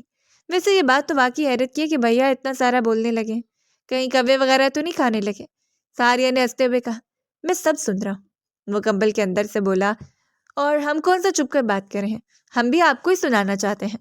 ساریہ نے مسکراتے ہوئے کہا تو دل ہی دل میں کرتا آنکھیں بند کر گیا اور تھوڑی دیر کے بعد ان کے بولنے کی آواز آنا بند ہوئی تو اس نے کمبل سے سر اٹھایا تو دونوں کمرے سے جا چکی تھی اور وہ بھی مطمئن سے آنکھیں موند گیا۔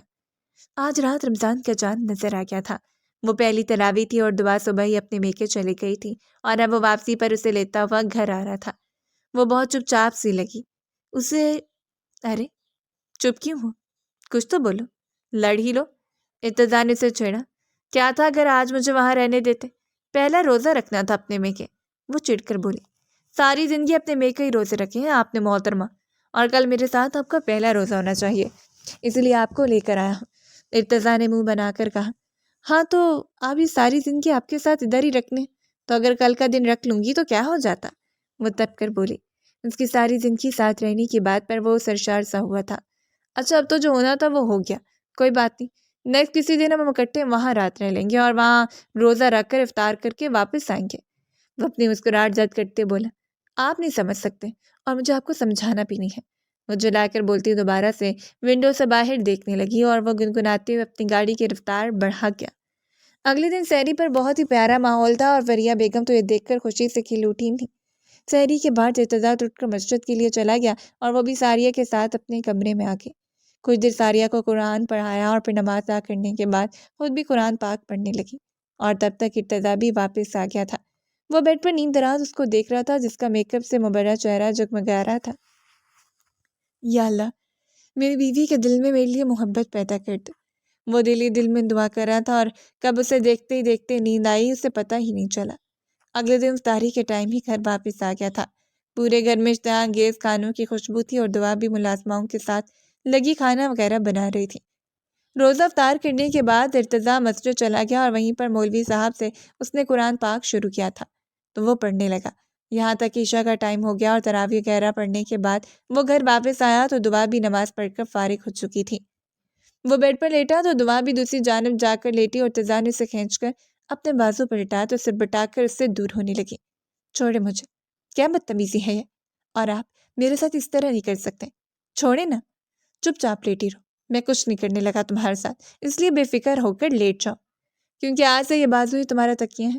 ارتضیٰ نے کہتے اس کے ماتھے پر شدت بڑا لمس چھوڑا تو جیسے دعا کی دھڑکنوں میں انتشار پیدا ہوا۔ ابھی آپ کہہ رہے تھے میں کچھ نہیں کر رہا، اور یہ سب کیا ہے؟ میں آپ کو بول رہی ہوں، آپ میرے ساتھ زبردستی نہیں کر سکتے۔ وہ اپنی کیفیت سے پریشان ہو کر جھنجھلا کر بولی۔ مائی ڈیئر وائف، اب یہ بدتمیزی ہر روز ہوگی، تم جتنا بھی دھتکارو گی نا اتنا تمہارے پاس آؤں گا اور ایک نہ ایک دن تمہارے دل تک رسائی ہو جائے گی۔ یہ مجھے ایکسٹرا ٹپس ملی ہیں مولوی صاحب سے، ان سے آج بیٹھے ہوئے میں نے بات کی کہ اگر آپ سے کوئی نفرت کرتا ہے تو اس کی نفرت کو کیسے دور کیا جائے، تو جانتی انہوں نے کیا کہا؟ اپنی محبت سے، بس آج سے میری محبت سہنے کے لیے تیار رہو۔ ارتضیٰ نے کہتے اسے مزید خود میں بھیجتے ہوئے آنکھیں موند لی۔ مجھے نہیں چاہیے ایسی محبت، مجھے ایسی نیند نہیں آتی، پلیز چھوڑیں، مجھے دم گھٹ رہا ہے میرا، اس کے سینے پر مکے برساتے ہوئے بولی، مگر ارتضیٰ کے سامنے اس کی ایک نہ چلی تھی اور وہ اس کے بالوں میں انگلیاں چلانے لگا اور دعا کی آنکھیں خود بخود بوجھل ہوتی چلی گئیں۔ کچھ ہی دیر میں وہ گہری نیند میں جا چکی تھی۔ ارتضیٰ نے اس کے ماتھے پر ایک اور بوسہ دیا اور خود بھی آنکھیں موند لیں، اور آئندہ آنے والے دنوں میں وہ اسی طرح سے زج کر رہا تھا۔ وہ میکے جا کر رہنا چاہتی تھی، اسے رہنے بھی نہیں دیتا تھا اور پوری رات اسے اپنے بازو پر سلائے رکھتا، اور دھیرے دھیرے دعا بھی جیسے اس کی عادی ہو رہی تھی، مگر ابھی بھی دونوں کے درمیان ایک اندیکھی دیوار تھی جسے دعا گرانا ہی نہیں چاہ رہی تھی۔ مگر ارتضیٰ اپنی پوری کوشش کر رہا تھا۔ آج رمضان کا آخری جمعہ تھا اور 26واں روزہ۔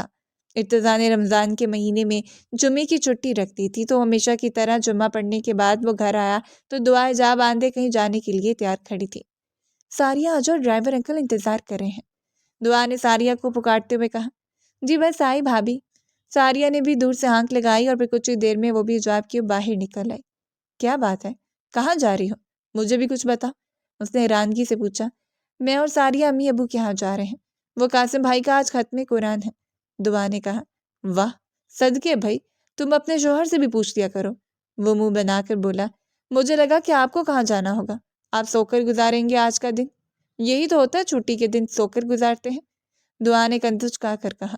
او ہیلو محترمہ، میں بھی مسلمان ہوں، تم کیا سمجھتی ہو، تمہیں عبادت کرنے آتی ہے، میں بھی کر ہی لیتا ہوں، خیر چھوڑو میں بھی ساتھ چلوں گا، وہ سر جھٹک کر بولا۔ آپ وہاں جا کر کیا کریں گے، بور ہو جائیں گے، رہنے دیں، شام کو لینے آ جائیے گا۔ اور ہاں، جب عبادت کا ٹائم نہیں ہوتا نا، تو اگر مسلمان اس ٹائم میں سو لیں تو اس کا سونا بھی عبادت بن جاتا ہے۔ اثر ٹائم تک سو لیجیے گا۔ دعا نے کہتے ساریہ کا ہاتھ تھاما اور باہر کی جانب بڑھ گئی تھی۔ دیکھا نا دادو، ایسے اگنور کرتی آپ کی بہو مجھے۔ کیا تھا کہ اگر مجھے بھی ساتھ لے جاتی۔ ایک چھٹی کا دن ملا تھا، سوچا تھا پورا دن بیوی کو دیکھ کر گزاروں گا، اور وہ بھی ویسٹ ہو گیا۔ وہ جنجرا کر بولتا ہوا اپنے کمرے کی جانب بڑھ گیا اور پیچھے فریہ بیگم کی ابھی تک مسکرا رہی تھی۔ انہیں اپنے پوتے کا یوں جو چلانا اور اس کی بے قراری دیکھنا بہت اچھا لگ رہا تھا۔ کہاں وہ ایٹیٹیوڈ والا ارتضیٰ افریدی اور کہاں یہ دعا کا دیوانہ۔ ان کا دل بے اختیار اس کی خوشیوں کی دعا کر رہا تھا۔ ساریہ چپ چاپ اس چھوٹے سے لاؤنج میں بیٹھی ہوئی تھی، مگر اس کی نگاہیں قاسم کو تلاش کر رہی تھیں۔ اس سے پہلے جتنی ملاقاتیں تھیں وہ صرف نفرت بھری تھیں، اور آج ایک بدلی ہوئی ساریہ وہاں پر آئی ہوئی تھی، جو کہ قاسم کے عشق میں مبتلا تھی، اور اسی عشق مجازی نے اسے خدا سے ملا دیا تھا۔ کچھ دیر کے بعد قاسم اندر داخل ہوا۔ سفید کلر کے شلوار کرتے میں وہ بہت ڈیشنگ لگ رہا تھا۔ ساریہ کو دیکھ کر وہیں ٹھٹک کر تھم گیا۔ ارے بھیا، آ گئے آپ؟ اور آپ میری ننجی کو دیکھ کر اتنے حیران کیوں ہیں؟ ویسے میں سمجھ سکتی ہوں آپ سوچ رہے ہیں کچھ دن پہلے جس لڑکی سے ملا تھا آج وہ ایک دم کیسے بدل گئی۔ دعا نے چہک کر کہا، تو قاسم سر جھٹک کر رہ گیا۔ کیسی ہے میری گڑیا؟ بالکل ٹھیک بھیا، چلے میں مما کے ساتھ نا باقی کی ساری تیاریاں مکمل کروا لوں، آپ سے پھر بات ہوگی۔ آپ ایک کام کیجیے نا، تب تک ساریہ سے بات چیت کیجیے، وہ بیچاری بور ہو رہی ہے۔ دعا نے کہا، میرے پاس ٹائم نہیں ہے، مجھے سپارہ یاد کرنا ہے، بعد میں ملاقات ہوگی۔ قاسم کہہ کر اپنے کمرے کی جانب بڑھ گیا۔ ساریہ کی آنکھیں بے اختیار نم ہونے لگی۔ ارے کیا ہوا؟ دعا نے حیرانگی سے پوچھا۔ وہ مجھے کیسے معاف کریں گی بھابھی؟ تو بات بھی نہیں کرتے مجھ سے؟ اس دن سے میسج پہ میسج کر رہی ہوں، اس کا بھی رپلائی نہیں کرتے، اور آج دیکھے نا کتنے کٹور انداز میں بات کی مجھ سے۔ کیسے مناؤں میں انہیں؟ ساریہ نے روتے ہوئے کہا، ارے میرے بھیا بہت نرم دل ہیں، فکر مت کرو، جو مناؤ گی نا خود بخود مان جائیں گے، اور میری ننجی ہے ہی اتنی خوبصورت، اور اس خوبصورتی سے تو بالکل بھی رک نہیں پھیر پائیں گے۔ اور ہاں، منانا تمہارا کام ہے، تم کیسے مناتی ہو مجھے نہیں پتا، بس جلدی سے بنا لو، پھر ہم سب کو سب کچھ بتا دیں گے۔ دعا نے مسکراتے ہوئے کہا اور واپس کچن میں چلی گئی۔ کیسے آپ کو بتاؤں کہ میرا دل خوف سے لرز رہا ہے، اور مجھے لگ رہا ہے کہ میں انہیں کبھی نہیں منا پاؤں گی۔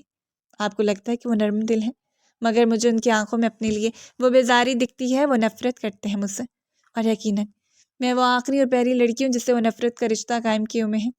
وہ دل ہی دل میں بولتی جا رہی تھی اور آنسو رخسار کو بھگو رہے تھے۔ پھر اس نے اپنے دوپٹے سے اپنے آنسوؤں کو صاف کیا۔ بھابھی میں نماز پڑھ لیتی ہوں، اسے دعا کو پکارتے ہوئے کہا۔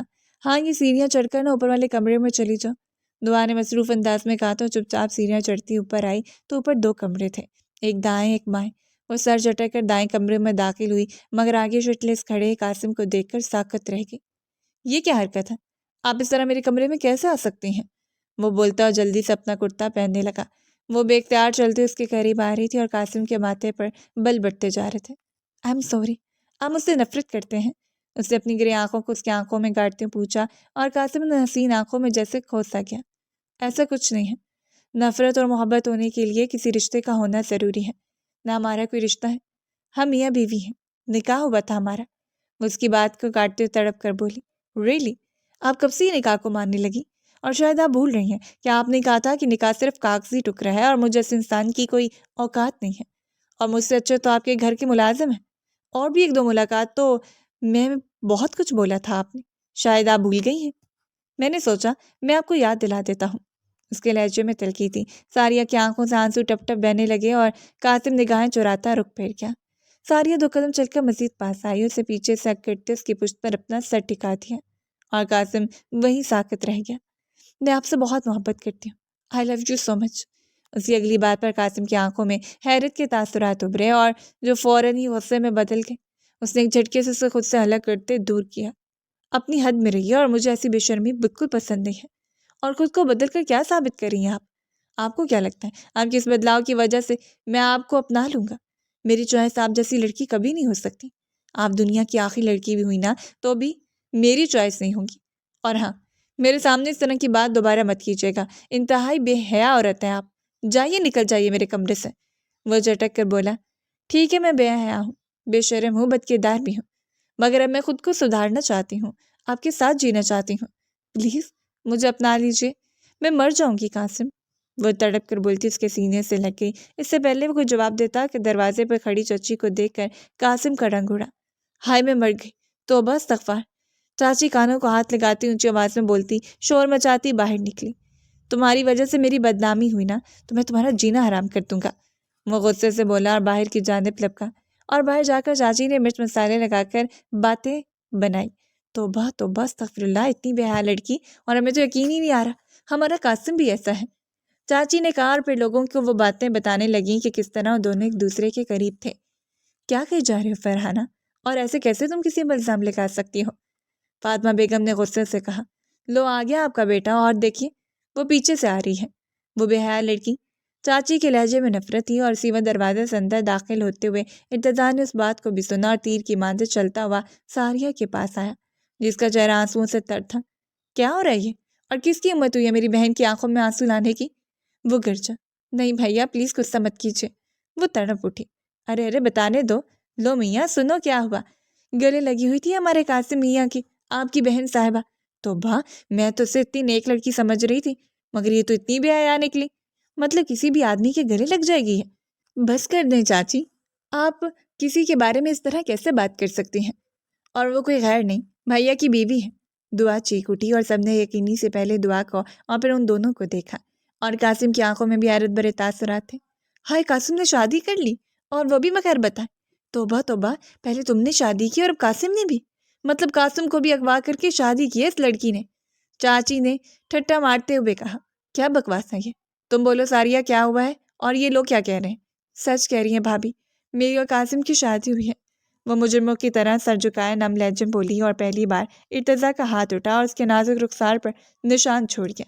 یہ کیا کر رہے ہیں آپ، وہیں کھڑی رہو، خبردار تم میرے قریب بھی آئی تو یہ بات تم بھی جانتی تھی، اس کے باوجود مجھ سے بات چھپائی کی، اور تم اتنی بڑی ہو گئی کہ اپنے بھائی کو بتائے بغیر اتنا بڑا فیصلہ کر لیا۔ ایک بار بھی نہیں سوچا کہ تمہارا اس کا کوئی جوڑ نہیں ہے، اور اس فیصلے میں میری بیوی بھی ساتھ تھی۔ میں اس دن سے سوچا تھا کہ میری بہن اتنی بدل کیسے گئی، تو یہ تھی وجہ، اور مجھے غصہ اس بات کا بھی ہے کہ مجھے میرے اپنوں نے ہی دھوکہ دیا، ان لوگوں نے جن سے میں سب سے زیادہ محبت کرتا ہوں، اور مجھے دھوکے سے سخت نفرت ہے۔ وہ تلخ لہجے میں بولا۔ ایک سیکنڈ، مجھے مجرم مت بنائیے، میں اس پلان میں شامل نہیں ہوں۔ مجھے 2 دن پہلے پتہ چلا جب میں نے ساریہ کے موبائل پر بھیا کا نمبر دیکھا، وہ بھیا کو میسج کر رہی تھی۔ پھر میں نے اس سے پوچھا تو اس نے مجھے بات بتائی کہ اس کا اور قاسم بھائی کا نکاح ہوا ہے، اور اس نے مجھ سے ریکویسٹ کی تھی کہ ابھی میں آپ کو نہیں بتاؤں، اور میں آج ان دونوں کے بیچ کی غلط فہمیوں کو دور کرنے کے لیے انہیں آمنے سامنے لائی تھی، اور اس کے بعد میرا پورا ارادہ تھا کہ آپ کو یہ بات بتانے کا، مگر آپ تو مجھ پر الزام لگانے لگے۔ دعا تک لہجے میں بولی، شٹ اپ، اپنی غلطیوں کو جسٹیفائی مت کرو، اور تمہارے بھائی کو اور میری بہن کا کوئی جوڑ نہیں ہے، کہاں میری بہن اور کہاں تمہارا بھائی، دونوں ہی مس میچ ہیں۔ تمہارا بھائی صرف اتنا کماتا ہے جتنا میری بہن ایک دن میں خرچ کر دیتی ہے۔ آج پھر سے ارتضیٰ کے اندر وہی غرور دوڑ رہا تھا، اور اس چیز نے دعا کے اندر جیسے توڑ پھوڑ مچا دی۔ اس نے قرب سے ارتضیٰ کو دیکھا۔ آپ کبھی نہیں بدل سکتے، پچھلے دنوں مجھے غلط فہمی ہو گئی تھی کہ آپ بدل چکے ہیں، مگر بہت اچھا ہوا آج آپ کا اصلی روپ سامنے آ ہی گیا، اور جو جوڑ کی بات آپ کرتے ہیں، میرا اور آپ کا بھی کوئی جوڑ نہیں ہے، مجھے بھی طلاق دے دیجیے گا، وہ تلخ لہجے میں بولی۔ اس کی بات پر ایک پل کے لیے ارتضیٰ کا رنگ متغیر ہوا۔ ہاں ایسا ہی کروں گا، مجھے بھی تم جیسی جھوٹی مکار لڑکی سے کوئی تعلق نہیں رکھنا، وہ غصے سے بولا، اور پھر ساریہ کا ہاتھ پکڑ کر اسے گھسیٹتا باہر کی جانب بڑھ گیا۔ اب وہاں پھر سے ایک تماشا بن چکا تھا، ہر ایک قاسم کے کردار پر بات کر رہا تھا۔ بس کر دیجیے آپ لوگ، جانتی کیا آپ بھیا کے بارے میں، اور انہوں نے کوئی خوشی سے شادی نہیں کی تھی، مجبوری تھی، مگر ہم اپنی مجبوریاں آپ جیسے لوگوں کو نہیں بتائیں گے، آپ لوگ یہاں سے جا سکتے ہیں، دعا نے سخت لہجے میں کہا، اور اپنے آنسو صاف کرتی کمرے میں چلی آئی۔ پوری رات اس کے روتے ہوئے گزری تھی، اور ارتضیٰ نے جو اسے عادت ڈالی تھی اپنے کندھے پر اپنے بازو میں لے کر سونے کی، آج اسے بہت مس کر رہی تھی۔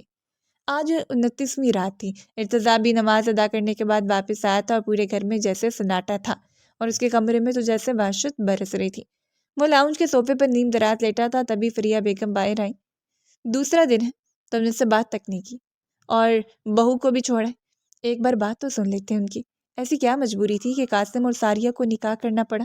اور دیکھو نا، 2 دن سے بخار میں تپ رہی ہے میری بچی، بے ہوشی کے عالم میں بھی صرف قاسم کا نام پکار رہی ہے۔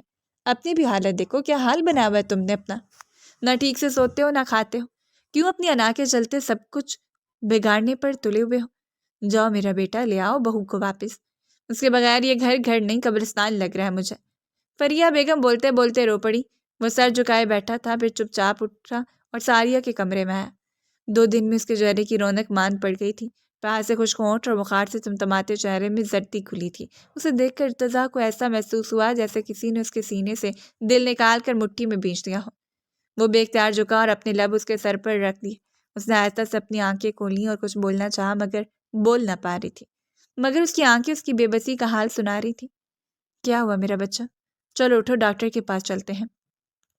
وہ اس کے بالوں میں انگلیاں چلاتی بولا، بھیا مجھے کچھ نہیں چاہیے، اب بس بھابھی کو واپس لائے، آپ سے بہت محبت کرنے لگی ہیں وہ۔ مجھے بتایا تھا کہ وہ جلدی آپ کو بتائے گی کہ آپ سے محبت کرتی ہیں، پلیز لے آئیے انہیں واپس۔ وہ دھیرے دھیرے بول رہی تھی، پھر اس کی آواز مزید دھیمی ہوتی چلی گئی اور وہ پھر سے غنودگی میں جا چکی تھی۔ وہ جلدی سے اسے باؤں میں اٹھائے باہر کی جانب بڑھا اور کچھ ہی دیر میں اسے اسپتال لے آیا تھا۔ کچھ دیر کے بعد ڈاکٹر باہر آیا۔ وہ تیزی سے اٹھ کر اس کی جانب بڑھا۔ ڈاکٹر میری بہن کیسی ہے؟ دیکھیے بخار بہت تیز ہے اور مجھے ڈر ہے کہ کہیں یہ بخار ان کے دماغ کو مفلوج نہ کرتے اور وہ نیم بے ہوشی میں بھی کسی کو واپس بلانے کی بات کر رہی ہیں، ڈاکٹر نے کہا تو لب کو چلتا اور سر تھامے بینچ پر بیٹھ گیا۔ پھر اس نے بے اختیار دعا کا نمبر ملایا اور دوسری طرف سے نمبر بند جا رہا تھا۔ پھر اس نے قاسم کو کال ملائی تو دوسری طرف سے فوراً ہی کال اٹھا لی گئی تھی۔ گھر کا ماحول عجیب سا ہوا تھا۔ حافظ امین صاحب تو اس سے بات تک نہیں کر رہے تھے۔ اسے نے ساری حقیقت بتا دی تھی مگر اس کے باوجود بھی وہ ناراض تھے اس بات پر کہ اس نے اتنے دن یہ بات ان سے چھپائے رکھی۔ ابھی بھی وہ گمسم سا مسجد کے ستون سے ٹیک لگائے بیٹھا تھا کہ جب اس کا موبائل بجا۔ اس نے پاکٹ سے موبائل نکال کر دیکھا تو ارتضیٰ کا نمبر جگمگا رہا تھا۔ ہیلو قاسم، تم پلیز اسپتال آ سکتے ہو دعا کو لے کر؟ اس نے جیسے ہی فون اٹھایا تو دوسری طرف سے ارتضیٰ نے کہا۔ وہ چونک اٹھا۔ کیا ہوا، سب ٹھیک ہے نا بھائی؟ میری گڑیا اسپتال میں ہے۔ ارتضیٰ کی بات پہ پوری جان سے لرز اٹھا تھا۔ میں آتا ہوں، آپ مجھے ایڈریس بھیج دیجیے، اس نے کہا تو دوسری طرف سے ارتضیٰ نے کال کاٹ دی اور کچھ ہی دیر میں اسپتال کا ایڈریس بھیج دیا۔ وہ جلدی سے باہر نکلا اور گھر پہنچا۔ دعا گڑیا کہاں ہو تم؟ اس نے اونچی آواز میں پکارا تو دعا اپنے کمرے سے نکلی۔ ستایا ہوا چہرہ اور سوجی آنکھیں دیکھ کر قاسم کے دل کو کچھ ہوا۔ ہمیں ابھی اور سمت اسپتال جانا ہوگا، ساری اسپتال میں ہے، وہ آہستہ سے بولا تو دعا چونک اٹھی۔ کیا؟ کیوں؟ اسے کیا ہوا ہے؟ اس نے ایک ہی سانس میں کئی سوال کر ڈالے۔ فاطمہ بیگم کے پاس آ کر بے چین نگاہوں سے دیکھ رہی تھی۔ مجھے نہیں پتا، تم چلو بس، وہاں جا کر ہی پتہ چلے گا۔ ہاں چلو میں آتی ہوں، دعا کہتی جلدی سے اندر کی جانب بڑھ گئی اور کچھ ہی دیر میں وہ چادر جاگ کیے باہر آئی۔ بیٹا مجھے جاتے بتانا کہ اس کی طبیعت کیسی ہے اب، فاطمہ بیگم نے کہا تو سر ہلاتی ہوئی قاسم کے ساتھ باہر نکل گئی۔ کچھ ہی دیر میں اسپتال پہنچ چکے تھے۔ اسپتال کے کوریڈور میں سر جھکائے ارتضیٰ بیٹھا ہوا تھا۔ ارتضیٰ کیا ہوا ساریہ کو؟ دعا کی آواز پر ارتضیٰ نے جھٹکے سے سر اٹھا کر اسے دیکھا اور پھر جلدی سے اٹھ کر اس کے گلے لگتا پھوٹ پھوٹ کر رو دیا۔ دعا ساکت و جامد کھڑی تھی۔ اسے روتے ہوئے کہاں دیکھا تھا اس نے، اور آج وہ رو رہا تھا کہ دعا کو اس کے آنسو اپنے دل پر گرتے ہوئے محسوس ہو رہے تھے۔ آپ بیٹھیے یہاں، کچھ نہیں ہوگا اسے، دعا نے اسے بینچ پر بٹھاتے ہوئے اپنی چادر سے اس کے آنسو صاف کیا اور تسلی دی۔ قاسم دروازے کے اوپر لگے شیشے کے باہر سے اسے دیکھ رہا تھا۔ اس کے اندر قطرہ قطرہ رم جاری تھی اور وہ آنکھیں موندے دنیا جہاں سے بے خبر لیٹی تھی۔ چپکے سے ایک آنسو نکلا اور اس کے بیٹ میں جذب ہو گیا۔ وہ لوگ کافی دیر سے وہیں بیٹھے تھے، یہاں تک کہ ان کی سحری افطاری بھی وہیں ہوئی اور ابھی تک چاند نظر نہیں آیا تھا، جس کا مطلب تھا کہ شاید کل عید نہیں ہے تو آج بھی تراویح تھی۔ قاسم ارتضیٰ تراویح پڑھنے کے لیے وہیں بنی مسجد میں چلے گئے اور دعا کتنی دیر سے وہیں بیٹھی ہوئی تھی۔ پھر ڈاکٹر سے اجازت لے کر اندر آئے۔ ساریہ آنکھیں کھولو، دیکھو نا کیا حال تمہارے بھائی کا بھی ہے اور تمہارے قاسم کا بھی، تمہیں ایسے نہیں دیکھ سکتے ہو، وہ محبت کرتے ہیں دونوں تم سے۔ اس کا ہاتھ آمے اس کے بالوں میں انگلیاں چلاتے بولی۔ اس کا بخار کافی بہتر تھا اور بی پی بھی نارمل لگ رہا تھا مگر ڈاکٹر نے اسے سکون انجیکشن دیا تھا جس کی وجہ سے وہ سو رہی تھی۔ دعا کے پکارنے پر اس نے اپنی بوجھل آنکھیں کھولی۔ بھابھی آپ آ گئی، میں نے بھی بھیا سے بولا تھا کہ آپ کو لے آئیں اور میں ان سے قاسم کو نہیں مانگوں کہ بہت اداس تھے آپ کے بنا اور میں انہیں ایسے نہیں دیکھ سکتی۔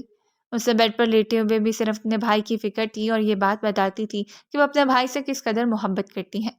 اس سے پہلے کہ دعا کوئی جواب دیتی، دروازے کے باہر کھڑے قاسم اور ارتضیٰ اندر داخل ہوئے۔ ارتضیٰ جلدی سے پاس آیا اور جھک کر اپنے لب ساریہ کے ماتھے پر رکھ دیے۔ کیسا ہے میرا بچہ؟ ارتضیٰ کے سوال پر سے مسکرانے کی کوشش کرتے ہوئے سر اس بات میں ہلایا۔ قاسم ادھر آ، اس نے سیدھے ہوتے ہوئے قاسم کو پکارا۔ چپ چاپ چلتا ہوا پاس آیا۔ اس نے دونوں کے ہاتھ تھام کر ایک دوسرے کے ہاتھ میں دیے تو قاسم کے چہرے پر حیرت بھرے تاثرات تھے اور ساریہ بھی یقینی سے دیکھ رہی تھی۔ ہمیشہ خوش رہو، اب جلدی سے اپنی ساری غلط فہمیاں دور کر لو، میں اپنی بیوی کی ذرا خبر لے لوں۔ اس نے چپ چاپ کھڑی دعا کی طرف دیکھتے ہوئے کہا، جو اس کے دیکھنے پر جلدی سے رخ پھیر گئی۔ ان دونوں کو تنہا چھوڑ کر وہ کمرے سے جا چکے تھے۔ ساریہ کچھ بولنا چاہتی تھی مگر لفظ ساتھ نہیں دے رہے تھے۔ قاسم نے اس کے پاس بیڈ پر بیٹھ کر جھک کر اس کے ماتھے پر شدت بھرا لمس چھوڑا تو وہ زور زور سے آنکھیں میچ گئی۔ آئی ایم سوری، بہت ہرٹ کر دیا نا آپ کو میں نے؟ اس نے اس کے ہاتھ کو اپنے ہاتھ میں لیے سنجیدہ لہجے میں کہا۔ نہیں، تو وہ نفی میں سر ہلاتے بولی، کوئی کسی سے اتنی محبت کیسے کر سکتا ہے ساریہ؟ یہاں تک کہ اس کی محبت آپ کے دل کو یوں چھو جائے۔ اتنی محبت آپ نے کی مجھ سے کہ خود کو بدل ڈالا۔ کیوں؟ ایسا بھی خاص نہیں ہوں میں، اور آپ کے سامنے تو بالکل بھی نہیں۔ وہ اس کا ہاتھ ہاتھ میں بولے جا رہا تھا۔ بہت اچھا ہے آپ، بس میں سمجھ نہیں پائی کبھی۔ جب سمجھ آئی نا، خود کو محبت کرنے سے روک نہیں پائی، اور مجھے نہیں پتا ہے کتنی محبت ہے۔ میں نے کون سا ماپا ہے؟ بس اتنا پتا ہے کہ آپ کے بنا مجھے سانس نہیں آتی۔ وہ دھیرے دھیرے بول رہی تھی۔ کیا مجھ سے شادی کریں گے شریعت کے عین مطابق؟ قاسم نے پوچھا تو اس کی آنکھیں پھر سے چمک اٹھیں۔ وہ بازو سے اپنی آنکھوں کو چھپاتے ہوئے سسکنے لگی۔ پلیز ایسے مت کیجیے ساریہ، میں آپ کی آنکھوں میں آنسو نہیں دیکھ سکتا۔ میں نے ان چند دنوں میں اگر کسی کو سوچا ہے نا تو وہ آپ ہیں ساریہ۔ پچھلے کئی دنوں سے خود سے لڑا ہوں۔ جب میں نے اس دن آپ کو ان لوگوں سے بچایا نا اور ان کی واہیات باتیں سنی، مجھے برداشت نہیں ہو رہا تھا۔ میرا دل چاہ رہا تھا ان کو جان سے مار ڈالوں اور آپ کو چھپا کر کہیں ایسی جگہ لے جاؤں جہاں کوئی آپ کو دیکھ نہ پائے، اور میں بھی اپنی کیفیت کو سمجھ ہی نہیں پایا۔ دراصل میں خود سے بھاگ رہا تھا، لیکن آج پتہ چلا نا اس حالت میں میری جان نکل گئی۔ مجھے تو آپ سے محبت بہت پہلے ہی ہو گئی تھی، مگر دیکھیے نا، ہم دونوں ہی پاگل اپنی کیفیت کو سمجھ نہیں پائے۔ بس آپ نے سمجھ لیا تو الگ نہیں ہوں گے ہم۔ وہ اس کے سر کو سہلاتے ہوئے بولا تو دھیرے سے مسکرا دی، اور شیشے کے باہر سے دیکھتے ہوئے ارتضیٰ اور دعا کے رگ و ریشے میں جیسے سکون سا اتر آیا تھا۔ پھر دعا واپس پلٹی اور وہاں سے باہر کی جانب چل دی۔ وہ بھی اس کے پیچھے پیچھے تھا۔ کہاں جا رہی ہو؟ آپ کو اس سے کیا لگتے ہیں کیا آپ میرے؟ وہ تیز تیز قدموں سے چلتے ہوئے تڑک کر بولی۔ شوہر ہوں تمہارا، بھول گئی کیا؟ اس کے سامنے آتے ہوئے بولا۔ اور آپ جیسے ہوتے ہیں؟ بتائیے، آپ جیسے ہوتے ہیں جو اس طرح یوں چھوڑ جاتے ہیں؟ شرم نہیں آئی آپ کو مجھ سے اس طرح وہاں چھوڑ کر آتے ہوئے؟ یہ جانتے ہوئے کہ آپ کے بغیر کیسے رہوں گی، کیسے سوں گی؟ آپ کے بازو کے تکیے کے بغیر؟ اس کے سینے پر مکے برساتے ہوئے بولی۔ اچھا نا، سوری، آئندہ سے نہیں ہوگا، پلیز مجھے معاف کر دو۔ نہیں کروں گی، آئی ہیٹ یو۔ میں آپ پر اعتبار کر ہی نہیں سکتی۔ کل پھر سے چھوڑ دیا تو؟ یعنی میں پوری زندگی اسی سولی پر لٹ کے گزاروں گی کہ مجھ سے کوئی غلطی ہوئی تو میرا شوہر مجھے چھوڑ دے گا؟ لیکن بس بہت ہوا، مجھے آپ سے پیار کرنا ہی نہیں ہے، اور میں بہت جلد آپ سے دور ہونے کی عادت بھی ڈال لوں گی۔ پہلے بھی تو رہتی تھی نا، وہ اپنے آنسوؤں کے بے دردی سے صاف کرتے غصے سے بولی تو ارتضیٰ نے اس کی کمر میں ہاتھ ڈال کر اسے اپنے قریب کیا۔ جو میں نے عادت ڈالی ہے نا، اسے تم پیچھا کبھی نہیں چھڑا سکتی۔ تم دنیا بھر کے نم تکیے لے کر بھی سونے کی کوشش کرو گی نا، میرے سینے سے لگ کر بھی دھڑکنوں کو سنتے ہوئے۔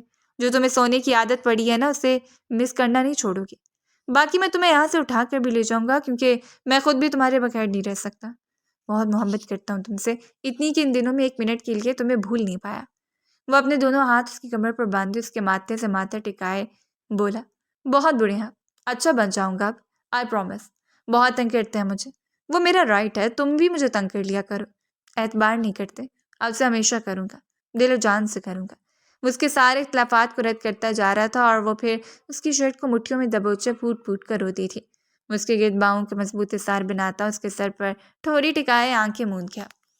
چلو اندر چلتے ہیں، ڈاکٹر سے بات کر کے گڑیا کی چھٹی کرواؤں، اور پھر کل کی افطاری کی تیاری کریں۔ کل تمہارے بھیا اور میری بہن کی انگیجمنٹ ہوگی، اور شادی عید کے بعد دھوم دھام سے۔ اس کے آنسوؤں کا ہاتھ کی پشت سے صاف کرتے بولا تو سر ہلاتے اس کا بازو تھامے اندر کی جانب بڑھ گئے۔ کچھ دیر میں چھٹی کروا کے ساریہ کو لیتے گھر پہنچے تھے۔ اگلے دن افطاری کے وقت حافظ امین صاحب پوری فیملی کے ساتھ وہاں موجود تھے۔ ساریہ وائٹ اور گولڈن امتزاج کی فراق میں حجاب کی بہت خوبصورت لگ رہی تھی، اور اس وقت وہ پریشان سی بیڈ پر بیٹھی تھی۔ طبیعت ابھی بھی مکمل طور پر ٹھیک نہیں تھی تو اسے روزہ نہیں رکھوایا گیا تھا۔ جلدی سے جوس پی لو، مہمان آ گئے ہیں، پھر ہم باہر چلتے ہیں۔ اندر داخل ہوتی دعا نے کہا۔ مجھے نہیں پینا بھابھی، مجھے پتہ نہیں کیا ہو رہا ہے، ایسے لگ رہا ہے پیٹ میں ہزاروں بٹر فلائز اڑ رہی ہیں۔ وہ کامتے ہوئے بولی تو اس کی بات پر دعا کھلکھلا کر ہنس پڑی۔ اچھا چلو کچھ نہیں ہوگا، آؤ باہر چلیں، دعا نے کہا، اور پھر اس کا ہاتھ تھامے باہر آئی۔ فاطمہ بیگم نے اٹھ کر ماتھے پر بوسہ دیا۔ حافظ امین صاحب نے بھی اس کے سر پر دستِ شفقت رکھا تھا۔ دعا نے اسے قاسم کے پہلو میں بٹھا دیا۔ قاسم کی نگاہیں بار بار اس کے سبھی چہرے پر جا رہی تھیں، نگاہیں جھکائے حیا سے سمٹ کر بیٹھی سیدھے دل میں اتر رہی تھی۔ افطاری کے بعد مرد حضرات نماز ادا کرنے کے لیے مسجد میں چلے گئے، اور عورتوں نے گھر میں ادا کی۔ کچھ دیر کے بعد جب سب آئے تو انہیں لاؤنج میں بٹھا کر منگنی کی رسم ادا کی گئی۔ جاؤ بچوں، جا کر چھت پر چاند دیکھو، ہم بڑے لوگ ذرا ڈیسائیڈ کر لیں گے شادی کی تاریخ کیا رکھنی ہے۔ فریہ بیگم نے کہا تو چاروں اٹھ کر اوپر کی جانب بڑھ گئے۔ اوپر آ کر نگاہیں چاند کو تلاش کر رہی تھیں۔ بھیا چاند کہاں نظر آئے گا؟ ساریہ ایکسائٹڈ سے آسمان کی طرف دیکھتے بولی۔ مجھے کیا پتا، میں تو اپنے چاند کو ہر روز دیکھتا ہوں، میرا تو چاند زمین پر ہے۔ ارتضیٰ نے باقی سے دعا کو دیکھتے ہوئے کہا، وہ چاند میرا بھی زمین پر ہے، میں آسمان کے چاند کی بات کر رہی ہوں۔ بھیا، ارے چپ کر گئے یار، اپنے شوہر کے ساتھ مصروف ہونا، مجھے کیوں تنگ کر رہی ہو؟ ارتضیٰ نے جھنجھلا کر کہا اور پھر دعا کا ہاتھ تھامے سائڈ پر چلا گیا۔ کتنے بے شرم ہیں آپ، بھیا کے سامنے شروع ہو گئے۔ دعا نے چڑھ کر کہا، ہاں تو بھائی پرماننٹ بیوی ہو میری، کچھ بھی کر سکتا ہوں۔ وہ کہتے اسے اپنی باہوں میں بھر گیا۔ کچھ ہی دیر میں مسجد سے اعلان ہونا شروع ہوا، میرے ساتھ پہلی چاند رات مبارک ہو۔ اس کی کان کی لوگ کو لبوں سے چھوتے بولا، آپ کو بھی۔ دعا نے شرماتے ہوئے کہا، اس کے سینے پر سرک کے پرسکون انداز میں آنکھیں موند لی۔ دوسری طرف وہ دونوں ابھی تک ایک دوسرے سے جھجک اور شرم میں کچھ بھی نہیں بول پا رہے تھے۔ چاند رات مبارک ہو، قاسم نے اس کی طرف پلٹتے ہوئے کہا۔ بہت ہی ان رومانٹک ہیں آپ، ایسے کون بولتا ہے چاند رات مبارک؟ ریئلی؟ پھر کیسے بولتے ہیں؟ قاسم اپنی مسکراہٹ لبوں تلے دباتے ہوئے بولا، مجھے کیا پتا، آپ کو پتا ہونا چاہیے تھا نا۔ نہیں، میں تو مولوی ٹائپ بندہ ہوں، مجھے کیسے پتا ہو سکتا ہے، میں تو رومانس کی الف بے بھی نہیں جانتا۔ قاسم کے لہجے میں شرارت تھی جسے محسوس نہیں کر پائی۔ ہاں تو کوئی موویز وغیرہ دیکھ لیتے نا جس میں رومانس سکھایا جاتا ہے، وہ تب کر بولی۔ قاسم نے اس کی کمر میں ہاتھ ڈال کر اسے اتنا قریب کیا کہ دونوں کی سانسیں ایک دوسرے کی سانسوں میں لچنے لگیں۔ یہ کیا کریں آپ کو بتانے کی کوشش کہ مولوی رومانٹک نہیں ہوتے بلکہ عام لوگوں سے بہت زیادہ رومانٹک ہوتے ہیں، وہ کہتے جھکا اس کے چہرے کے ہر نقش پر اپنے لب رکھتا چلا گیا۔ ساریہ اس کی شرٹ کو مٹھیوں میں دبوچے اب تک کانپ رہی تھی۔ ابھی تو یہ ٹریلر تھا اور ابھی سے کانپنے لگی ہیں مسز قاسم، جس دن آپ ہمیشہ کے لیے میرے پاس آئیں گی تو آپ کا کیا حال ہوگا، سوچیے۔ وہ کہتے اس کے لبوں کو اپنی دسترس میں لے گیا۔ وہ دونوں ایک دوسرے میں اس قدر مدہوش تھے کہ انہیں یہ بھی خیال نہ رہا کہ اسے ذرا ہی فاصلے پر ارتضیٰ اور دعا بھی موجود ہے۔ توبہ، استغفر اللہ، پتہ چل رہا ہے کہ آج چاند رات پہ شیطان کھل گیا ہے۔ ارتضیٰ کی چڑی ہوئی آواز کانوں سے ٹکرائی تو دونوں ایک دوسرے سے الگ ہوئے۔ قاسم نے ابھی بھی اس کی کمر کے گرد اپنا ہاتھ نہیں ہٹایا تھا۔ آپ کی بہن کو لگ رہا تھا کہ مولوی ان رومانٹک ہوتے ہیں تو ٹریلر دکھا رہا تھا اسے، قاسم نے مسکراتے ہوئے کہا تو دعا ارتضیٰ کہکا لگا کر ہنس پڑے۔ ساریہ شرم سے اسی کے سینے میں چہرہ چھپا گئی۔ اب باقی کا رومانس بعد میں کرتے رہنا، چلو بیویوں کو لے کر مہندی لگوانے چلتے ہیں، ارتضیٰ نے کہا اور پھر وہ چاروں ہنستے مسکراتے نیچے کی جانب بڑھ گئے۔ ختم شد۔ اسٹوری آپ کو کیسی لگی آپ نے نیچے کامنٹ باکس میں ضرور بتانا ہے۔